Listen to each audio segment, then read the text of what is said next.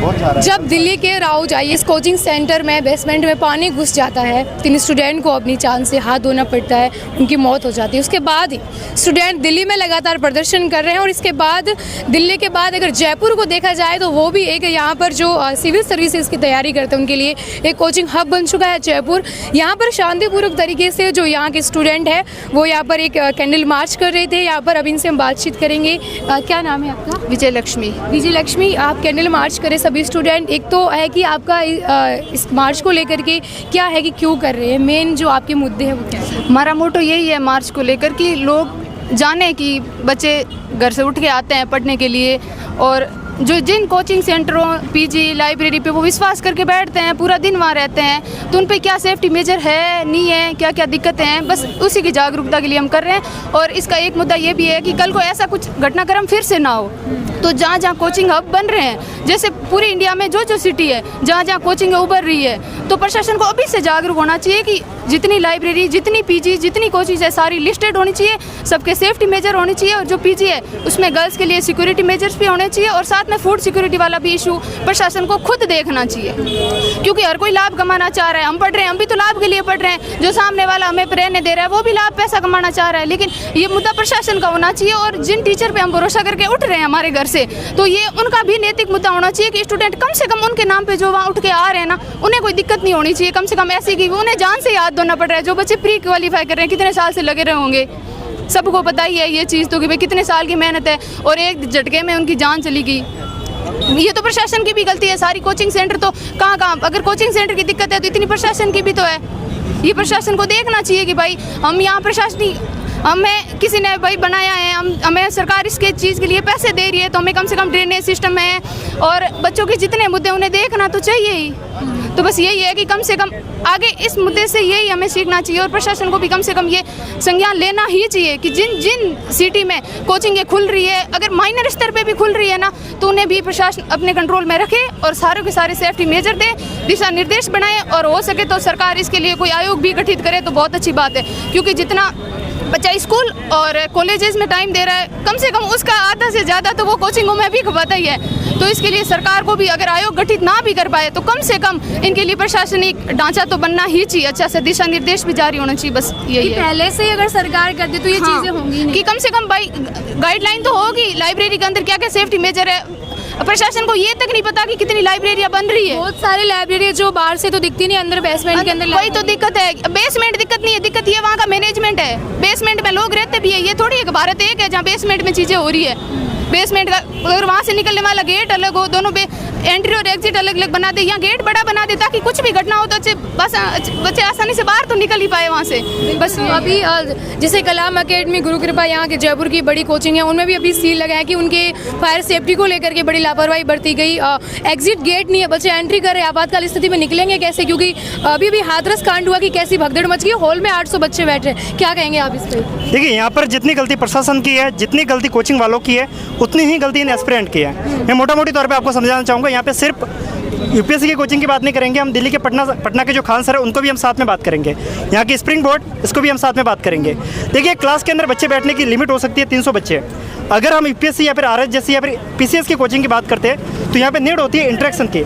अगर एक टीचर बच्चे के साथ में इंटरेक्ट नहीं कर पा रहे हैं तो मुझे नहीं लगता कि वो एक प्रॉपर टीचिंग है। जितना हम यूपीएससी को समझते हैं वो एक प्रॉपर टीचिंग तभी हो पाएगी जब एक टीचर और स्टूडेंट आपस में बात करना जानते हैं। अब हम बात करते हैं स्प्रिंग बोर्ड की। यहाँ पर एक क्लास में शुरुआत कम बच्चों से करेंगे, फिर धीरे धीरे बच्चों की संख्या इतनी बढ़ा देंगे कि बच्चा जब पीछे बैठा तो उसको एलईडी में देखकर ही पढ़ना पड़ेगा। मुझे आज तक ये तजुर्बा इनका पता नहीं है कहाँ से सीख रहे हैं कि एक बच्चा एलईडी से पढ़ना पसंद कर रहा है। इससे बढ़िया तो वो घर पे फ़ोन से पढ़ सकता है, बट नहीं, उनको फैन कल्चर फॉलो करना है। अगर हम खान सर की भी बात करेंगे, वहाँ पे अगर कोई बच्चा 1 घंटे पहले नहीं जाएगा तो वो लोग खड़े खड़े पढ़ेंगे, नीचे बैठ के पढ़ेंगे। क्यों? फैन बन के घूम रहे हैं। ऑब्वियस सी बात है कि अगर आप इस तरीके से घटना को करेंगे, अगर आप इस तरीके से टीचरों को फॉलो करेंगे तो ऑब्वियस सी बात है कि ये कोचिंग वाले भी आपको अलाउ करेंगे, कोचिंग वाले भी ऐसी गलती करेंगे। अगर एस्पिरेंट खुद इसका विरोध करें कि अगर हम इससे ज़्यादा बच्चे बिठाएंगे तो हम नहीं आएंगे, देखते कौन कोचिंग वाले खोलते हैं। इसका एक मैं आपको एक और उदाहरण बताता हूँ। रिसेंटली जो स्प्रिंग बोर्ड की हम बात करते हैं तो यहाँ के पॉपुलर टीचर है राजवीर सर।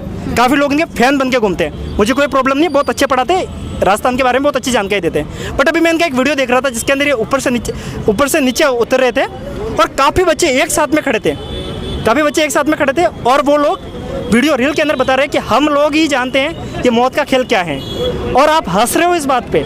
आपको ये मौत का खेल लग रहा है, फिर भी आप इसको देखे जा रहे हो। प्रॉब्लम ये है कि एस्पिरेंट को खुद को नहीं पता है कि वो कहाँ पे एक्सप्लोइट हो रहे हैं। पहली बात तो ये है। दूसरी बात अगर हम बात करेंगे तो ऐसा नहीं है कि सिर्फ पीसीएस की कोचिंग की बात करते हैं। अगर हम दिल्ली की बात करते हैं, केडी कैंपस, एसएससी की जितनी भी कोचिंग है, बहुत सारी कोचिंग है जिनके ऊपर आरोप लग रहे हैं जो इलीगल अपार्टमेंट में बने हुए हैं। इन सबके साथ में बेसमेंट में जितनी भी लाइब्रेरी चल रही है, अगर हम प्रॉपर डिजास्टर मैनेजमेंट को पढ़ते हैं, according to disaster management, basement only for the store room और फॉर द पार्किंग।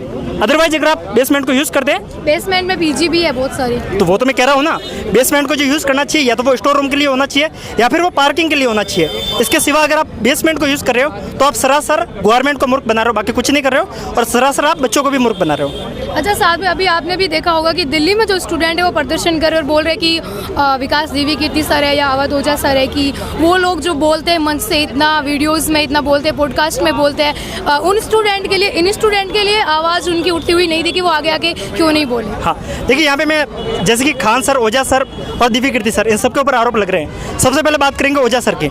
मुझे नहीं पता वो कैसा पढ़ाते हैं, पर वो बखेती बहुत अच्छी करते हैं। मैं यहाँ पे वर्ड यूज़ कर रहा हूँ बखेती, बुरा लगेगा कोई बात नहीं, पर सो कॉल्ड वो बखेती ही करते हैं। अगर कोई व्यक्ति हर जगह पे बोलता है कि धाए धाए गोलियाँ चलाओ, राजा कैसे बनना है, अगर ये सलाह दे रहा है तो मुझे नहीं लगता कि यूपीएससी की क्लासेज हो रही है। डॉक्टर विकास दिव्यकीर्ति सर की मैं बात करता हूँ तो विकास दिव्यकीर्ति सर के अगर बातों में कमियां आपको नहीं मिलेगी, पर यूपीएससी से रिलेवेंस नहीं मिलेगा।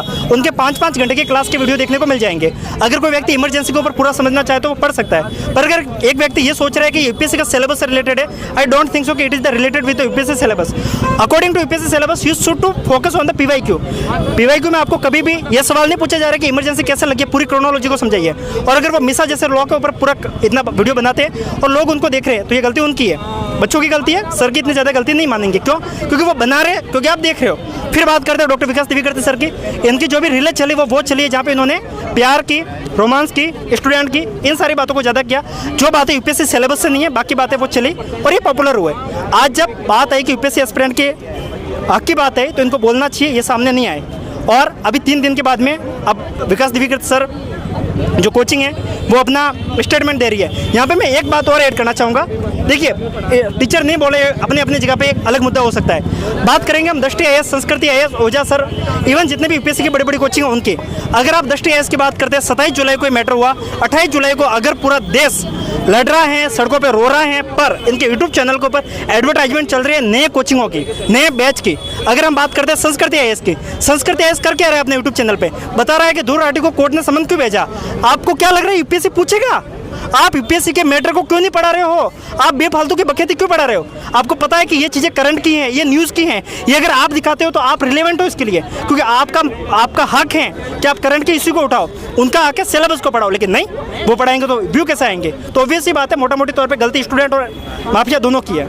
आप ये कहना चाहते हैं कि अभी जो पढ़ाई का एक पूरा माहौल जो बन चुका है वो कि अलग है, रील्स का जो कल्चर है वो ज़्यादा फॉलो करने लगे हैं। यस, जहाँ पे भी टीचर लोग पढ़ा रहे हैं वो लोग पढ़ाने के नाम पे एक काम करें कि जो चीज़ हाइप क्रिएट कर सकती है उनको वो ज़्यादा क्रिएट करते हैं। लाइक आप देखेंगे कोई भी टीचर आज के टाइम में बाकी की बात नहीं करते, स्टडी आईक्यू को भी साथ में बात करते हैं। उनके एक टीचर है, मैं नाम यहाँ पे नहीं लूँगा शायद क्योंकि आप लोग ऑफेंड हो जाएंगे, बट उन टीचर का प्रीलिम्स के टाइम पे एक शॉर्ट वायरल हुआ था। वो व्यक्ति 69 करके कोई वर्ड है उसके ऊपर मजाक कर रहे हैं। इवन सबको पता है वो एडल्ट बात है, सबको पता है वो डबल मीनिंग बात है, फिर भी वो व्यक्ति कर रहा है, वो चल रहा है। ऑब्वियस ही बात है कि उसको पता है कि ये रील में चलेगी, और ये सारे टीचर ऐसा करेंगे। उनको पता है कि ऐसी हरकत नहीं करेंगे तो लोग सुनेंगे कैसे इनको।